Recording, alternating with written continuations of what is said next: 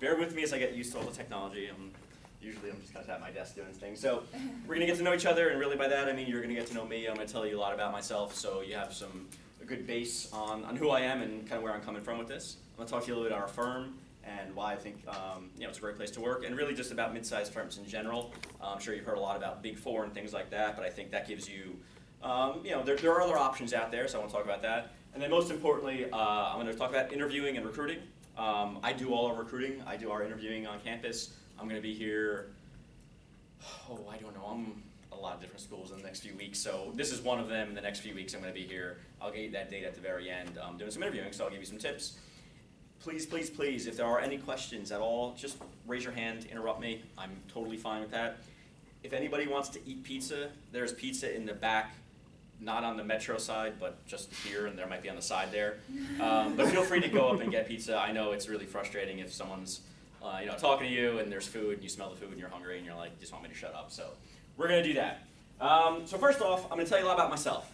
The reason I think it's important that you know about me is whenever I hear someone speak, I always kind of, in the back of my mind, if I don't know them, I'm kind of like, oh, what's their deal? Where are they coming from? What should I know about them? And I always feel a little bit more trust when I know something about them. So I'm going to tell you a lot about myself here that you may not want to know. So number one, I was born an adorable 6-pound, 8-ounce baby, May 18th, 1981. That means I'm 36 years old. So, I'm at the tail end of my prime. So that's nice. Sorry. I grew up in Edison, New Jersey. So Edison is about 45 minutes south of here. There's really not much famous about Edison. So I was Googling, looking at Wikipedia and seeing what I could find out. And the only two things are we have the Edison Light Tower, which looks like reasonable there and is so unimpressive in real life. I wouldn't recommend anyone go to it, but it's Edison, so there you go. And when I was in middle school, we had this big fire, and we were the lead story on CNN, so it was super exciting for us, other than the fact that there was a fire destroying things. So there's that. I'm super educated, so if you go to any of these schools, they will certainly vouch for me and tell you I'm a real person. So I started at Oak Tree Preschool, right around the corner from my home.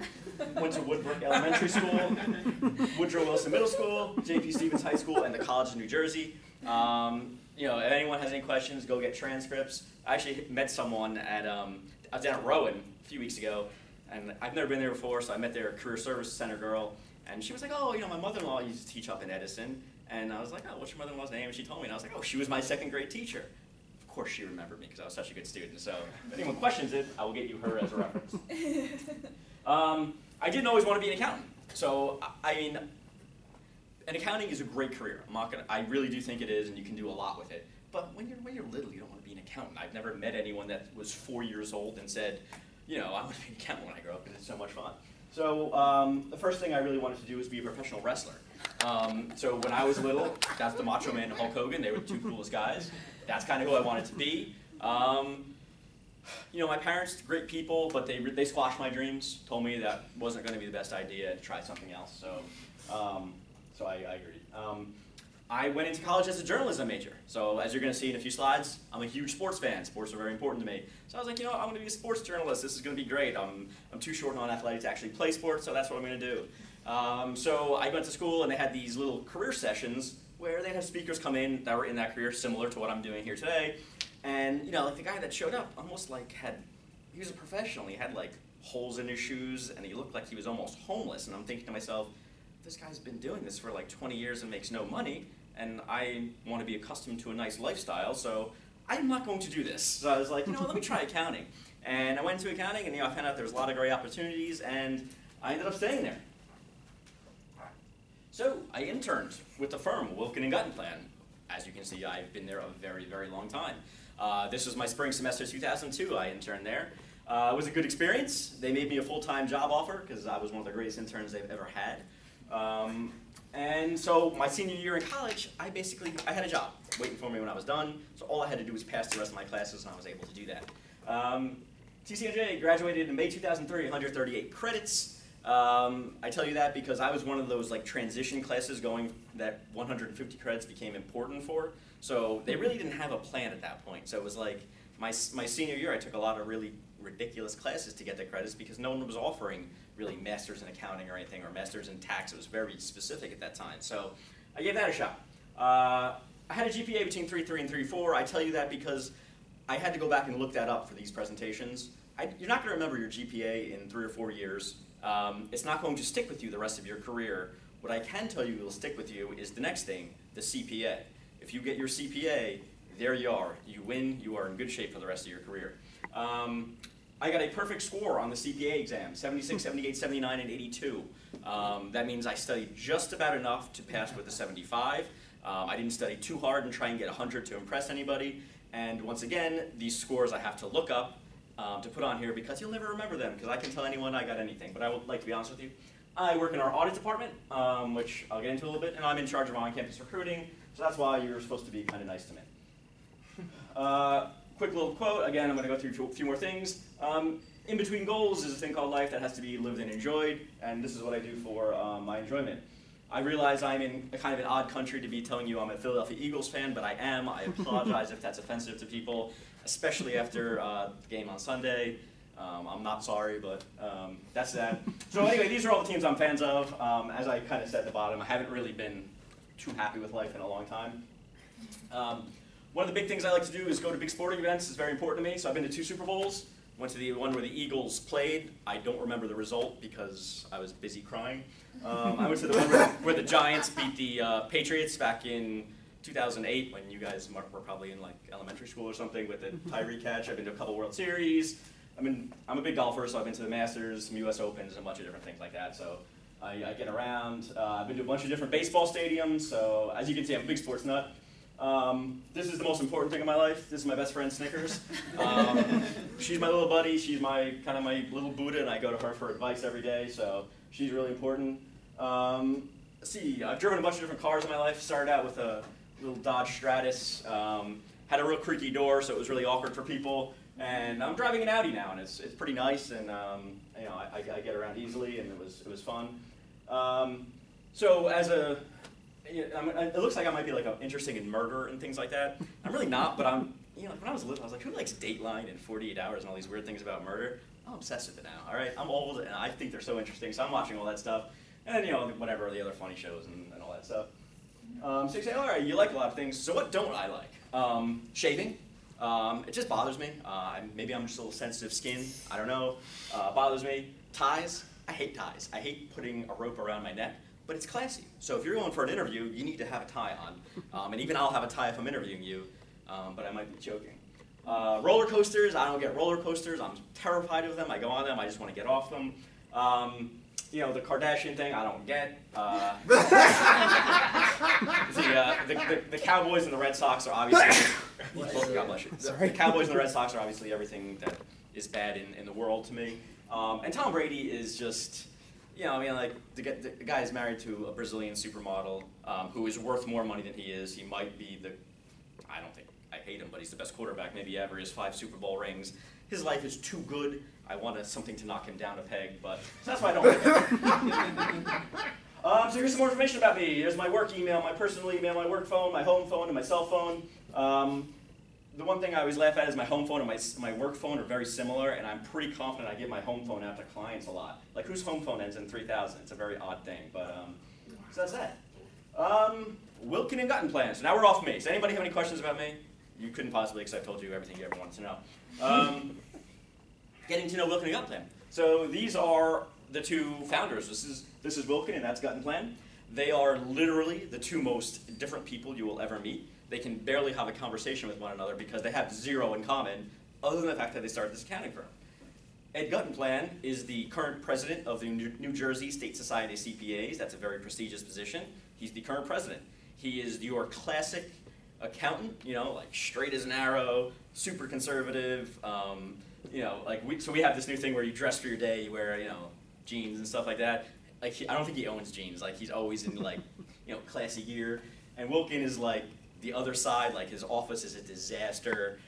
He's loud. He comes in. Who knows what he's wearing? He wears shorts half the time. But they're both really great guys. It's just funny that they're so different. And they're both named Ed, so that's why we say 2 Eds are better than 1. It makes it really weird because everyone's always saying Ed, but whatever. 100-person firm, offices, East Brunswick and New York City, and we just acquired a small firm in Martinsville, which is in Somerset County.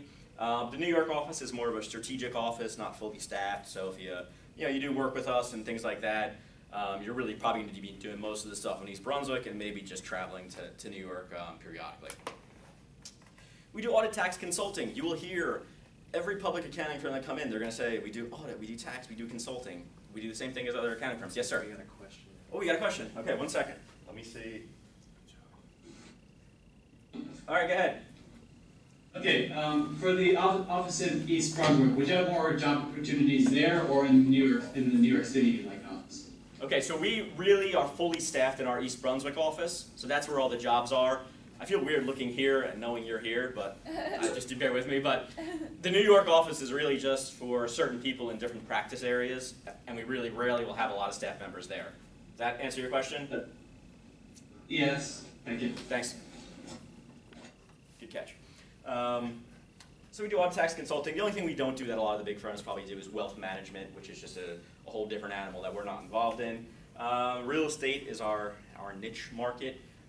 We do a lot of work with small businesses to, outside the real estate industry even. You might have closely held businesses that make anywhere between your startups that are losing money all the way up to companies that are making 50, 60, 70 million dollars a year. And it's really, when we classify a closely held business or a small business, it's really more on the structure of the company as opposed to how much money they're making. Because usually they're a little bit more, smaller, maybe 10, 20 employees, but they have a great product and a great game plan, so they're doing well.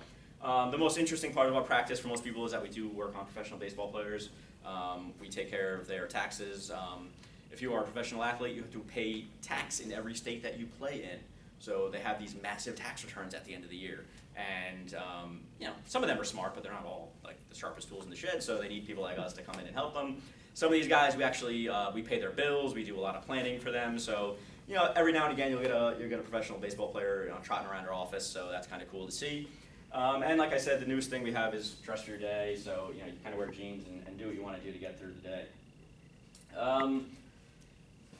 This is why we are great, other than the fact that you're listening to me, and I'm obviously the most impressive person you've ever heard.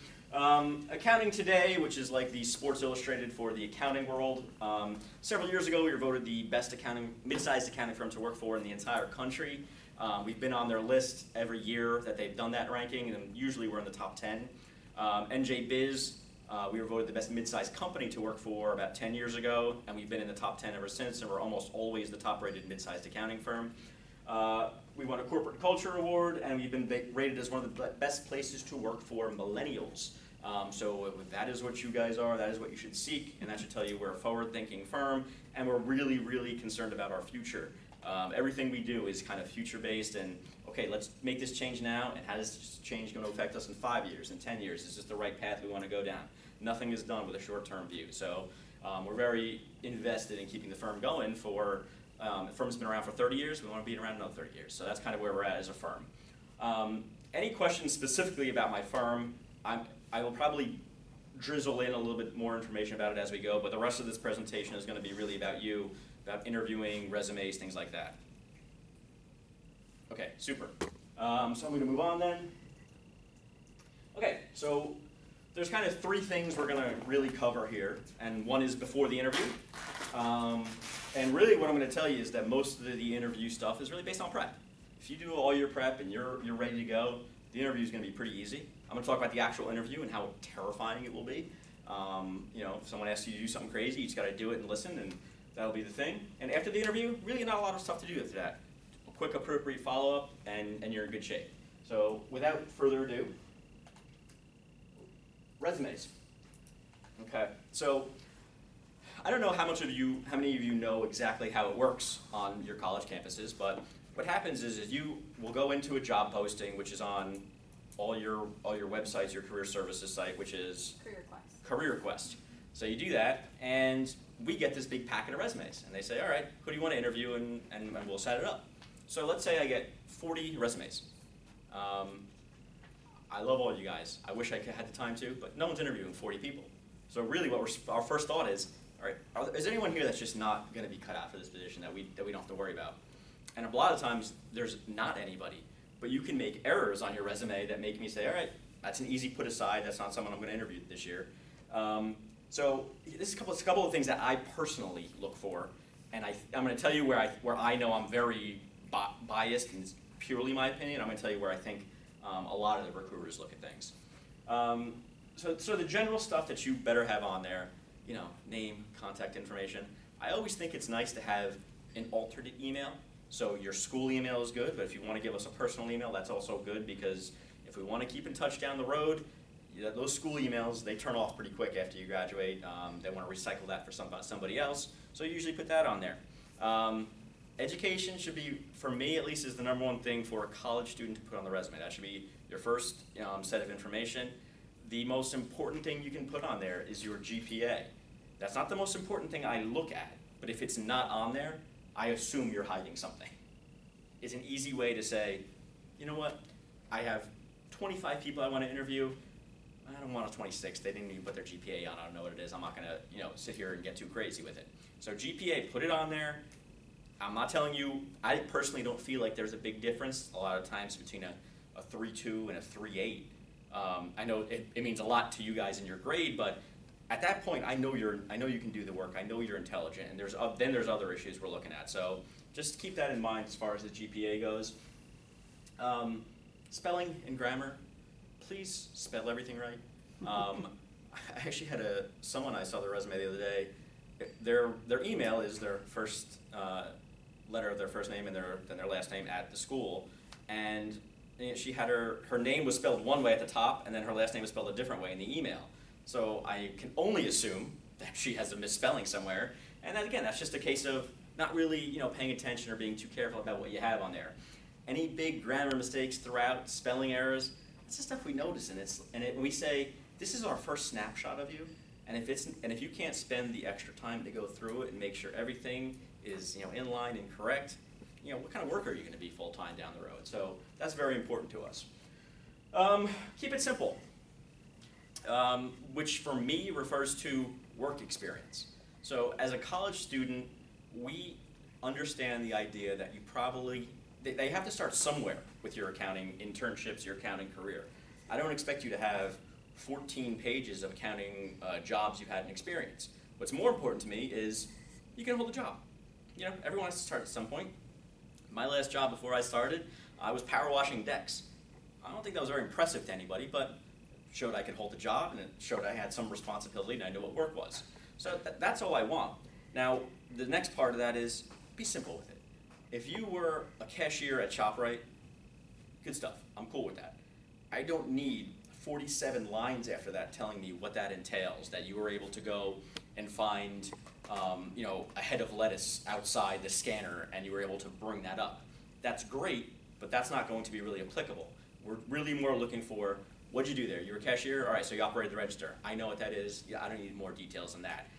When we see those people that have, I babysat for, my friends' parents, I sometimes feel like that's almost I need to put something on here, that's the only thing I've ever done. So just put something on there, pretty simple, and you can get through it. The critical information we kind of touched based on, and skills and organizational involvement. This is near and dear to my heart. Again, let's say I get 40 resumes here. I do pretty heavy recruiting at about 8 schools in New Jersey, so let's say I get 40 everywhere. That's 320 resumes. That's a lot to look at. And I know everyone in America is proficient in Microsoft Excel, and it looks really cool to put on the bottom of your resume, but tell me what's different about you. So if you're someone that, you've raised livestock or something, put that at the bottom of your resume. If you like to dive off cliffs, I think you're nuts, but put it on your resume. Because just at the very bottom in interest. I don't want that to be the primary thing you have up there, so I don't want that to be the main issue, but I want something where I say, hey, that person seems interesting to me. I want to have a quick conversation with them about that. I know they're an accountant. I know they're smart. I know they can hold a job, but what else is behind them? Because at the end of the day, and this is my little issue, is when I look at a candidate, one of the most important things for me is, I call it like a car ride test. Do I want to sit with you in a car for an hour and a half driving to a client? There, and an hour and a half back. So that's 3 hours of drive time. Am I going to want to kick you out of the car? And if I do, well, you probably aren't going to get the job, because I want to be able to sit in the car with people. So I'm really looking for someone with a little personality beyond it. So again, snapshot, but also look for a way to separate yourself just a little bit. Make sense? Okay. Metro, good? Okay. Okay, so again, before the interview, do research. Nothing is really more bothersome in an interview than someone who's unprepared. Basically, someone shows up and it's like, what company are you? Where are you guys located again? You know, that stuff, if you're on an interview, you should know that stuff. So, and maybe back in the day when I was around, these things were harder to find. I mean, you folks could literally sit on your phone 10 minutes before you walk into an interview and find out all this stuff. So I don't want to hear like we couldn't find it. It's everywhere. Every firm has, websites, has, let's see, I'm going to try and remember all these things, but like a Twitter, an Instagram, what else do we have? Snapchat, Facebook, MySpace? No? Okay, good. I was hoping someone would say no. All right, but every firm has that. My firm has that. It's a good way to go see some things about the firm. Look us up, see what we do, see what's interesting to us. If you see something fun, that's something you can comment on. And it's not, and some people might say, well, isn't it weird? Doesn't it look like I'm stalking? No, it doesn't look like you're stalking. It looks like you actually care and you put some time into it. So definitely look all that stuff up. Missions and goals, I don't want to get too crazy with that. For me, that's, every firm is, trying to deliver the best client service while treating our staff with the utmost respect and growing their careers and all that stuff. They should have that. But you want to make sure when you look for a firm that they do have some goals, that the firm is wanting to achieve something, not just stay exactly where they are. Awards and achievements, always look for things like that. And if you see a firm just had a recent press release, which will be on their website or on their Twitter feed or on their Instagram feed or on their Facebook feed, but not on MySpace, check it out. See what it's about, and maybe you bring it up later. We say, hey, I saw you just won some award. That's great. And we say, they care. They did some research. That's fantastic. Most companies have a section for recruiting. And lastly, you might actually even know who is interviewing you. I'm telling you, it's me. I already told you everything you need to know about me. But if you want to try and look it up, I don't know if that information is readily available. But I mean, I have a bio on my firm's website. Go read it, see what I'm about, and maybe ask a question that way. But again, everything you can to be ready for that interview. On the flip side, I don't know what awards it was this year. I think it was the Oscars where they read the wrong name of the best picture, or was it? Yeah. Right, okay. So that was PwC, was the firm that was technically responsible, but I mean, it's not really their fault. But I wouldn't say if you interview with them the next day, you go, hey, I saw you guys screwed up the Oscars. That's big news. So make sure the news you bring up is generally good news, or if you see someone went to jail, push that to the side. It's just good news. Okay. I might have said this already, but this is another huge issue for me. Prepare questions. So most interviews on college campuses, about half hour you get. Usually people will talk for about 25 minutes as the conversation goes back and forth. Last 5 minutes are for questions. When I get to the end, if I say, what questions do you have for me? And you say, I have no questions for you, guess what? I am not going to offer you a job because I'm probably assumed that you are not interested. Have something. Have a staple question always in your back pocket. If you can make it about the firm or make it about the person, that's even better. But the worst thing to do is say, I have no questions. So if you want to ask something like, what's a typical day like in your firm? That's fine. And on the flip side, if you interview at a firm afterwards, so you interview on campus, you do well, I say, I want you to meet a few people at my firm, we bring it back, you can ask the same question to every single person, because usually they're all going to have a little bit different spin on it. Don't feel like you have to ask different questions to different people. You want to make sure, if you just have that one question, go with it. That's fine. Again, you don't want to not have any questions. So again, specific to the firm, I tell you that what is it typically like? I don't like that question, but I'm not trying. I don't want to give away my hints for you when you interview with me. But it's not the worst question. I mean, my answer is always there's no typical day for an accountant. But that said, you don't want to just a lot of travel. Never ask anything assuming you have the job. Say like, hey, what's the general salary I'm going to be making here? Or what's a partner make here? Someone asked me that the other day, and I was like taken aback. Like, who's asking that as a college student? But again, make sure you ask something, and that's the best way to keep the interview flowing and show you care. So again, a lot of people will ask things about strategic visions for the firm. I saw you merge recently. I saw you did this. Question? A question. Yeah. You guys are good. In regards to like developing questions for the firm, should we look up onto the maybe different websites or like a news like a for like to develop questions for your firm? Yeah. Or any other firm in general? No, I mean every firm. I think one of the best ways to find things out about a firm is using Twitter. Most firms are really active on their Twitter account if they have a pretty good marketing department. So you're going to see a ton of releases from the firm. LinkedIn, I forgot to mention as well. A lot of firms are on there. So that's a great way to pick up news that the firm is releasing and the firm wants you to know about. So that goes for my firm, but that goes for just about every company. A lot of folks now, it's how quick can we get our message out to you. So definitely keep your eyes open on Twitter and things like that for current events. The only thing I'm going to caution you with that is just make sure you do a double check, because I've had people come in and talk about something another firm is doing, and they got confused because they forgot who they were talking to. So just make sure you know who you're talking to, and you'll be good. Good? Thank you. Yeah. Okay. Shut them off again. Okay. So appearance. This is some of the fun stuff. So for a guy, I have already told you I hate ties, but you better wear a tie for the interview. And the reason that, it sounds kind of counterintuitive, but I need to know that if I send you out to a client, to me the interview should be the most important thing of your day.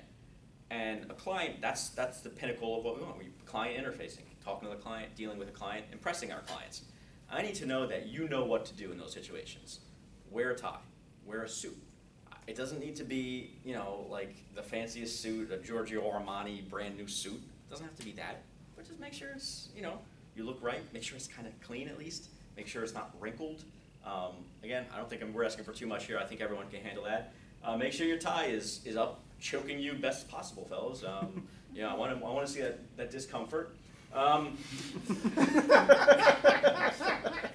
Be neatly groomed. I mean, I'm serious. I've had people. You can tell we're just at the gym and just rolling in, and their hair's all over the place, and you want to put your best foot forward. And I always think a good piece of advice for, and I'll get to the girls in a minute, but for guys and girls is like pretend you're going to like a grandparent's 50th anniversary party. All right, you want to kind of look respectful and have all their older friends say, oh, what a handsome young grandson you have, and you're not going to get all decked out. You're not going to the club to try and meet your future wife or anything like that. So tone it down, and that's the best thing I can tell you. And again, I'm going to go to the girls for one after this, but we don't want to remember you for what you wore, okay? And I can't stress that enough. I never remember somebody who's dressed well.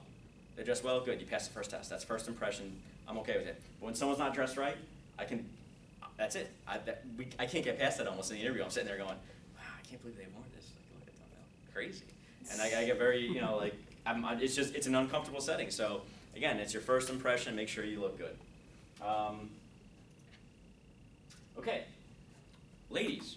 I am gonna just tell you I'm no style expert on what a female should wear to an interview, but I will tell you that I always bring a female with me to do the interviewing. So I have a greeter, and you'll see these on college campuses. You have someone come in, they chat. They're usually either an alum of the school or they're pretty young, so they kind of have an idea of what you're going through. And that's what their purpose is to kind of talk to you. But I bring girls because they know when the girls aren't dressed right. Like to me, most girls, like they're whatever. They wear what they wear, and it's cool. I'm not looking. They don't need to wear a tie, so that's really all I'm concerned about. But they tell me, they're like, that girl wasn't dressed right, and I'll be like, oh God, I guess I have to give them a demerit. So business suit, business shoes don't. So I mean, you can tell. I mean, I'm not a big guy, and I feel really weird when someone walks in that's like my height, maybe in real life, and they're wearing like 8-inch heels, and then they're towering over me, and it's making me feel bad about myself. So. For me personally, don't wear big heels, but in general, again, you're not going to a club, you're coming for an interview, you're looking to nail a job, and you want to be more on the conservative side. Same thing with jewelry, makeup.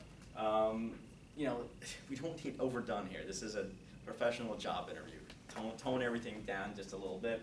Throw a brush through your hair and be clean. Same advice for the men, please don't come right after the gym and things will be well. And again, I'm just going to keep saying this one more time. I don't want to remember you for what you wore.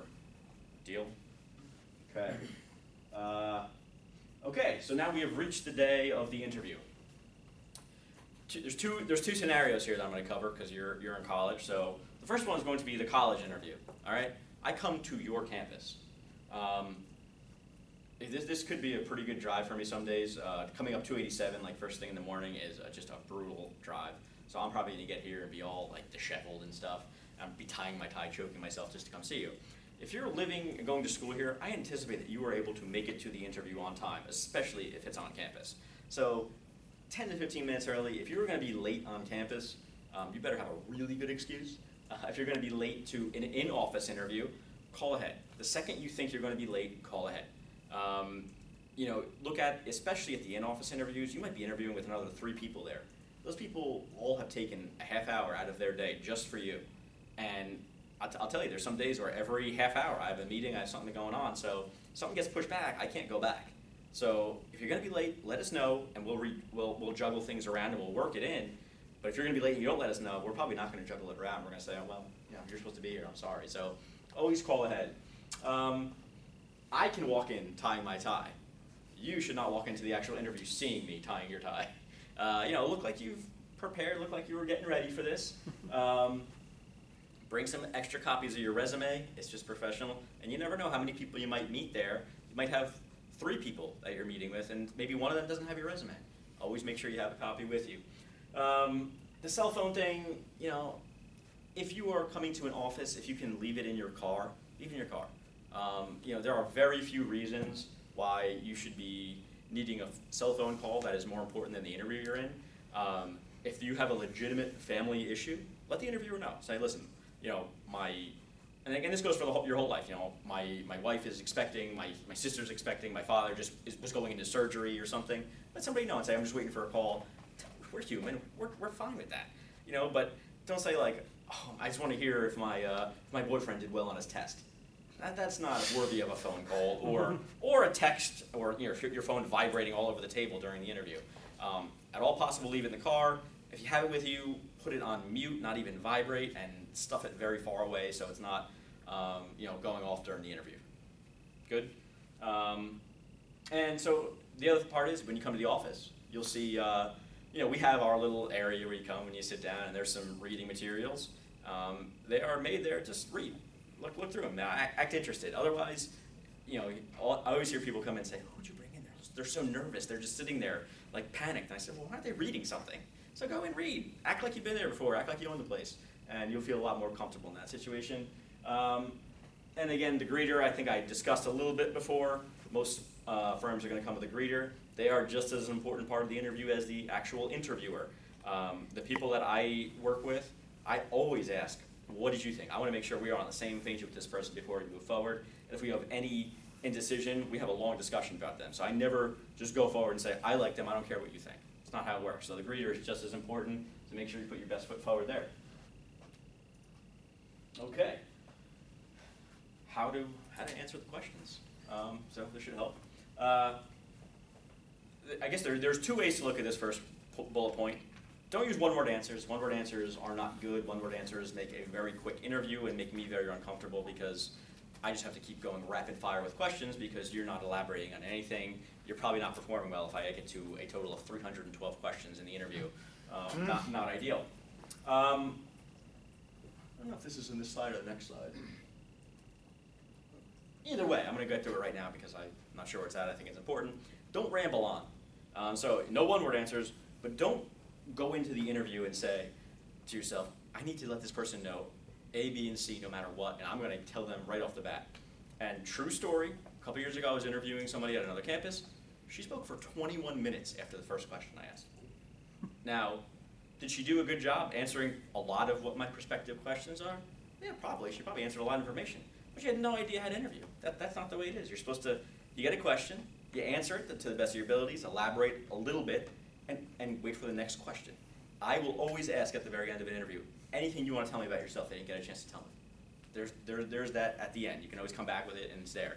But if you just keep rambling on and on, I'd probably just start to zone out or stare in amazement that you're still talking. So a couple of fallback scenarios.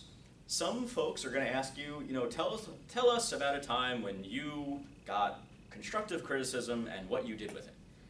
Have a couple scenarios in your life. Don't, you know, the bad idea there is to look and say, I've never gotten constructive feedback. No, never.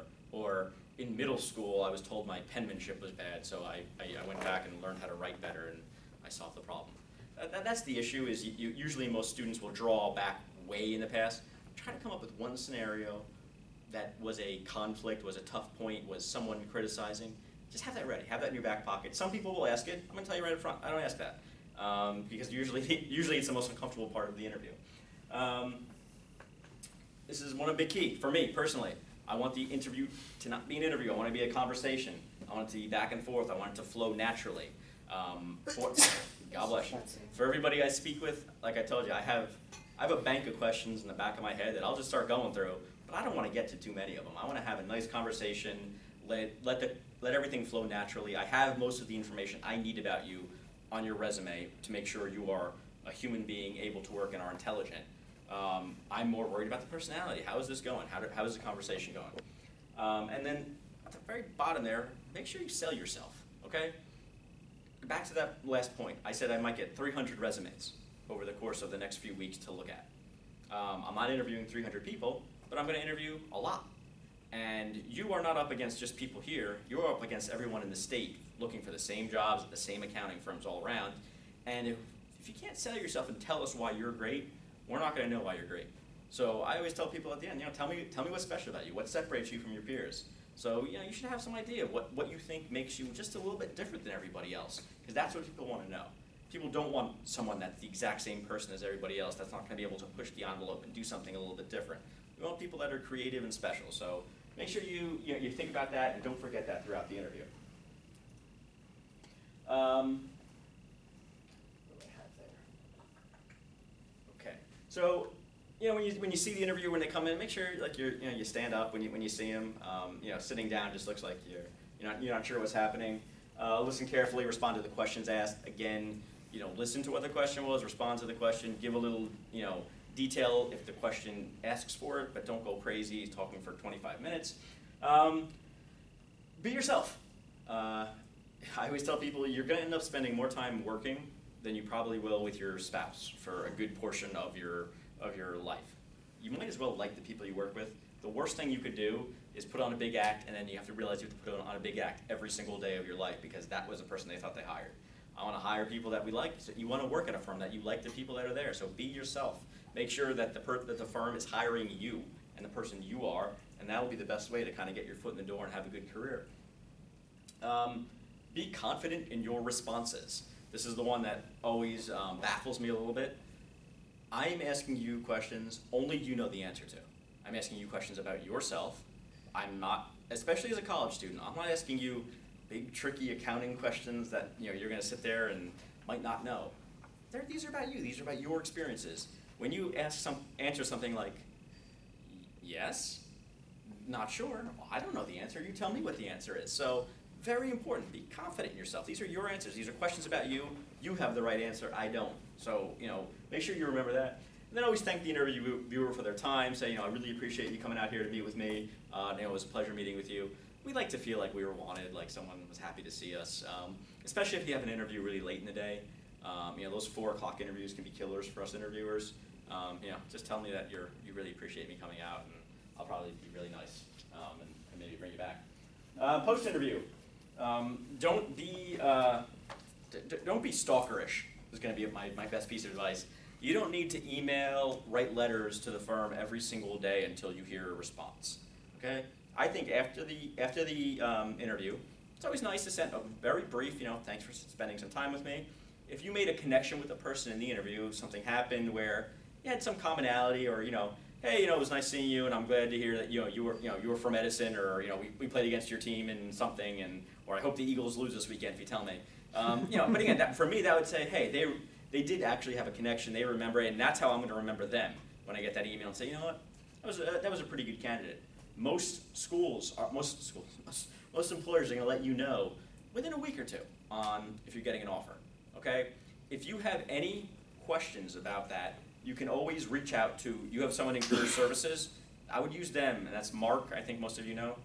I would use him as kind of your little gateway to the firms and say, hey Mark, I interviewed this firm a week and a half ago. I haven't heard anything, you know, and I have another offer on the table. What do I do? The absolute worst thing you could possibly do is you get an offer from, let's say, my firm, and every firm is going to tell you, we want you to respond as soon as possible, as soon as you know. And you say, geez, I can't let them, I'm just going to tell them yeah. And then you go and interview with EY, and you're like, EY's offer seems a little bit better. I didn't really want to work with Tom because he seems like he's a terrible person. I'm going to accept EY's offer and decline Wilkin's offer now. That's the absolute worst thing you can do. It gives, your school a really bad reputation. Because I go back to the career service, and I'm like, what do you tell your people? You tell them it's okay to accept one offer? I mean, because basically I'm looking at numbers. I'm saying, all right, we like to do 8 to 10 interns in our winter and another about 10 in the summer. So if I got a spot, all right, great. I feel pumped up. I secured someone. And then for them to come back later and say, yeah, actually I took another job that was better. If you have something like that where you're still interviewing and you don't feel like you're in the position to accept, tell us. We're not monsters. We're not going to sit here and say, well, good, go with them. We don't care. There's a lot of great firms in this area. You live in probably one of the best locations in the world to be working in business and industry and working in accounting. Every single firm is probably within an hour's drive. I mean, between New York City, anyone that goes down toward Philadelphia, and basically they're all New Jersey, really. They have a central location somewhere there. There's a whole lot of great firms. I don't want to sit here and tell you that Wilkin is the only firm you could possibly ever work at, and if you don't want to work with us, you are going to have a horrible life and a horrible career. That is not true. So I expect you to go on as many interviews as you can get and see what every firm is about and find the right spot for you. So again, I know I'm stressing this, but it happened last year to us at a different school, and I was so frustrated. And again, be honest. Say, hey, I'm going on a few other interviews. You know, can I let you know in a few weeks? My last one is in the middle of November. Cool, no problem. We're happy to do it. Happy to wait. You know, you're a quality candidate, but I won't sit here and assume that we have you. It'll still be always a tentative.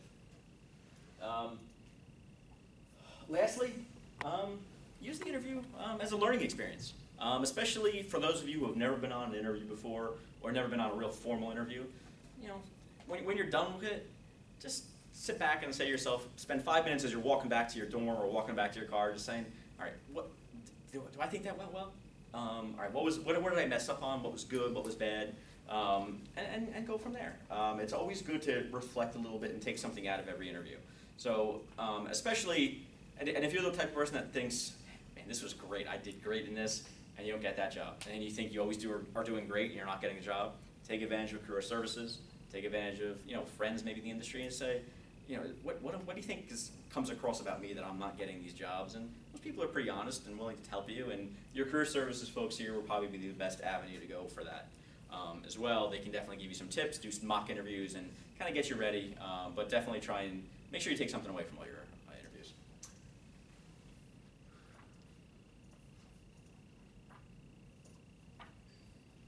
That is the end of my rambling and talking and all that fun stuff for you guys. So, questions on my firm, on interviewing, on resumes, on the Eagles' win over the Giants this past weekend? I guess, if someone doesn't get, an offer for an internship or a job, do you encourage them to reach out and ask, maybe just a question, maybe what is something I did wrong in the interview, something like that, or do you shy away from that? It depends. I always, sometimes you interview with someone and you're like, they seem like the type of person that's going to give me that feedback. Because there's certain interviewers, I remember going to interviews thinking, hey, I don't want to work there, and that guy's not going to tell me anything. Yeah. But if you feel okay with it, yeah, it's certainly okay to say, listen, thank you again for taking some time to interview me. I realize I see I didn't, move forward in the process. Are there any tips or anything that you think I can improve upon in the future? I'd really appreciate it. And I think that's a very fair thing to ask, and no one is going to sit there and say, how dare you reach out to me? We tried to reject you, and we thought you should never come back to us. That's not what happens. Yes? Building on Aubrey's question, can career services also provide a liaison in that? So I make it a point with every career services department that I work with to sit down with them, usually first at lunch, so midway through, and then at the end, and I'll go over every candidate with them and just give them a quick heads up on, yes, yes, yes, yes, yes, we like these 5 or 6, they're great, I'm inviting them back, no doubt about it. This person would be good, but they messed up because they did this, that, and the other thing, and these people just someone needs to help them along. And I want to help people. I want people to get jobs. You know, I was just looking, I got an email the other day from the Journal of Accountancy, really fun read. But it was seriously talking about salaries for CPAs, and you know, like the average salary for a CPA with 1 year of experience who has their CPA is like 65 grand or something. The average CPA in America makes, I think it's 120 grand. The average CPA with 20 years of experience makes 150 grand. And these numbers, honestly, this is for the whole country. This is the area you're gonna make the most money in. So this area, bump everything up by a good bit. You can make a pretty good living doing the accounting thing. So, you know, if you're focused, I want you to get a job because there's a lot of firms out there paying a lot of money for you. So I always try and go back and go through with career services and check in with them. Yes, sir. Is there any other, do you think, big red flags for interviews that you didn't already mention? So, you know, too casual Right. is one thing. You know, coming in and just, you know, putting your feet up, acting like you own the place. You know, always be respectful in the interview. You want to act like, you know, I don't think I'm better than anyone in the world, trust me. But in that case, you want to act like I'm important in this situation. So you have to do what you can. I understand people are going to be nervous, and you know, there's some folks that just can't control it. If you know you're like, you know, you twiddle your thumbs, try and get them under the table if you can. If your leg's going to be, you know, shaking up a storm, you know, try and do your best to conceal those things. Those are the things too that I might tell a career services about, like, hey, you know, this fella had a nervous tick. He was going crazy, and you know, usually I'm an easy interview. I mean, I am. If you're not like laughing and being like, this guy's nuts within like 10 minutes, you know, then you're going to struggle with some other people on the interview side. So I think it's pretty easy. So my thought is, if 25 minutes in you're still like shaking and panicked and nervous, I'm like, ooh, you know, that's tough. Usually if you just come in, I'm cool with it, and you know, put you at ease. But there's really not too many bad things you can do in the interview. I guess the worst would be ask about salary or ask about pay, Right. Because that's really like saying, hey, I know I got the job. What am I going to make? That would probably be the only thing. Thank you. Yep. I want to apologize because this is a personal question for me, but it may be relevant for others. I actually graduated from FDU's Master of Science in Accounting program, and the reason I went back to school was I worked for a company. I got laid off in 2011 because the company I worked for was acquired by another company, and pretty much everybody who was in an administrative position got laid off. And I had no real success getting a job. So then I went back. I learned a lot of very useful things at FDU. Graduated with a very high grade point average, but I'm still not. I haven't even. I just got my master's degree in May, and I haven't even got an interview yet. It's really frustrating, and you know, I mean, I'm sure the big gap since I worked in accounting is the reason, but. I mean, I was wondering if you have advice for anybody in my situation. So I'll say a couple things to that. So in the public accounting realm, I think most firms have a preferred method of, we want to hire people that intern with us. We call it dating before we get married. We want to kind of get to know you and see if we should have a long-term relationship with you. So most firms still look for interns. That's the big key. And then as a result, a lot of firms, they already have all their entry levels filled through previous internships. And that might be for people from 1 year ago, 2 years ago, or 3 months ago that did an internship. So a lot of firms aren't always on the lookout for entry-level staff that didn't intern with them. So you might just be, part of it is you might be in a tough marketplace finding that spot. But again, just something I've kind of harped on is don't be scared to go to career services. Don't be scared to use them as an outlet and say, hey, you know, I'm reaching out, I'm not getting anything. Is there another avenue I should take? I don't know how you're applying to these positions. Personally, I always tell people, I want to go through your career services. I don't want to go outside that box. That's where most firms try and focus. That's where their connections are. So maybe there's another way to reach out to them even, to get your name out there. And maybe there's, again, you know, you go to some interviews and see if people say, hey, you know, maybe you have a nervous tick that we don't know about, and you don't even realize you do it. And maybe someone will say, hey, you know, if maybe you can get that under control, people can't get past it or something, you know. So there's a lot of different things to do, but I would start with career services, to be perfectly honest with you, and see what maybe they think is a better way to reach out. Well, thanks very much. Sure. Any other questions on this campus? Yes? How many questions should an interviewee have prepared? I think 3 is fine. You know, some people come in with, you know, 22 questions. You're not gonna have time to ask 22 questions. You know, 3 solid questions is fine. You know, just to that point, and I forgot to mention this, so like don't ask questions that try and like trick the interviewer or get them like, make them have to like think of something. Like one kid asked me this was a few months ago, he asked me, like, what were the 3 most impactful books that you've read on leadership? And I was like, and you know, because, you know, I've been a nerd and I kind of had to they made me read a couple books. So I kind of had like a few answers I was ready for, but I was so like, wow, I gotta really dig deep for this, and you know, because then he was like, well, I read this book and that book, and I felt like he was, you know, trying to like act like, you know, he was already better than me, and I was like, I don't know what this kid's doing. So don't make us interviewers feel bad. We have enough self-esteem problems. So just try and, you know, throw us easy questions about ourselves and the firm. Any questions on Metro?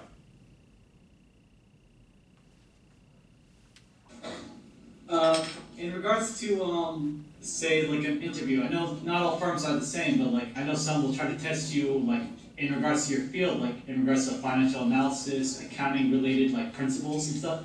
I want to ask, like, is that something we should also prepare when we go for an interview? So I don't think, as a college student, I would doubt.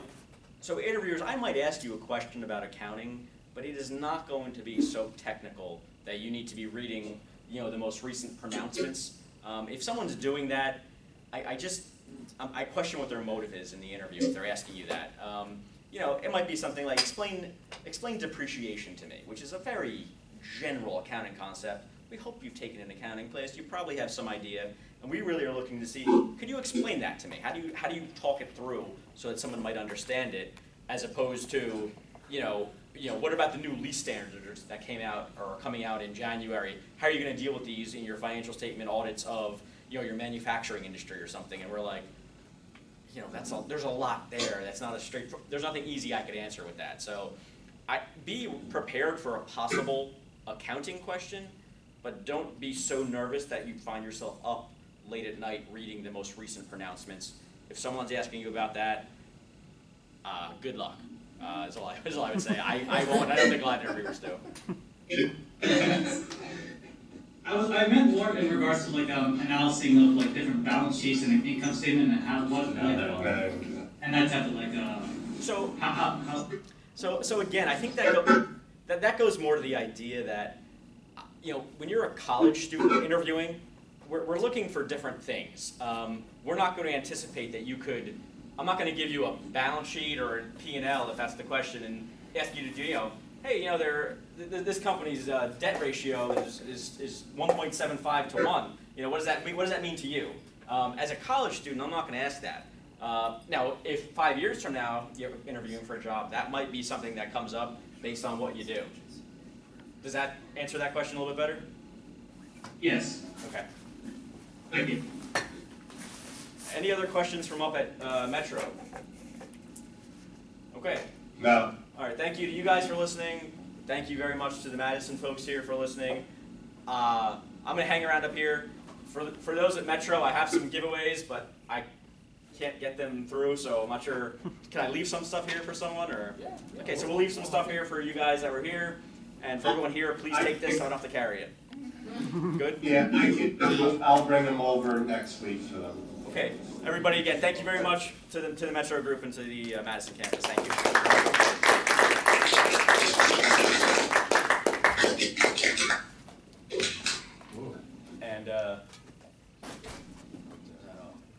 And I'll hang out here for anyone who has questions. If you're taking intermediate accounting, can you please raise your hand? Or intermediate financial accounting. Okay, did you guys already get our application form? Did you? Okay. Do you guys have any questions? Not to put you on the spot, it's just I know there's a lot of requirements, so if you have any specifics about whether or not you meet them, you know, come see me, I can answer any questions. And for everyone else, Sandra will be sending out an email with the tutoring information. And any other questions, always email bapfdu@gmail.com. Thank you. Great, wonderful. Go eat pizza.